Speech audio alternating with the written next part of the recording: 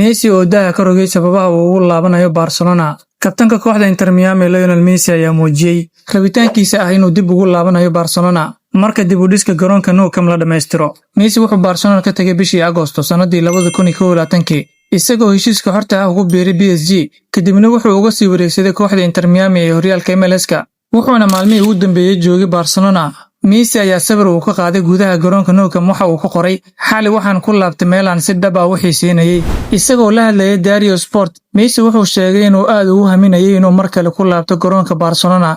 Runtii waxaan rabaa inaan ku laabto garoonka Barca marka la dhameystiro dhismihiisa.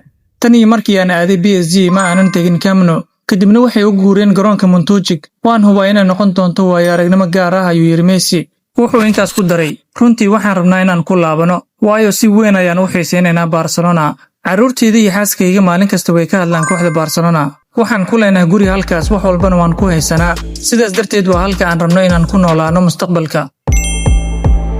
Maalin wanaagsan saaxiibayaal, warbixintaana waxay qayb ka tahay barnaamijkeena bandhiga ciyaaraha oo aan maanta ku soo qaatay wararkii ugu dambeeyay ee kubadda cagta. Haddii aad ilaa dhamaadka muuqaalka nala soo gaartay ilaa inaad muuqaalka like saarto sidoo kalena sii share gareyso. Haddii aad nagu cusubtahay nagu soo biiro oo ka mid noqo asxaabta nagu xiran mahadsanid.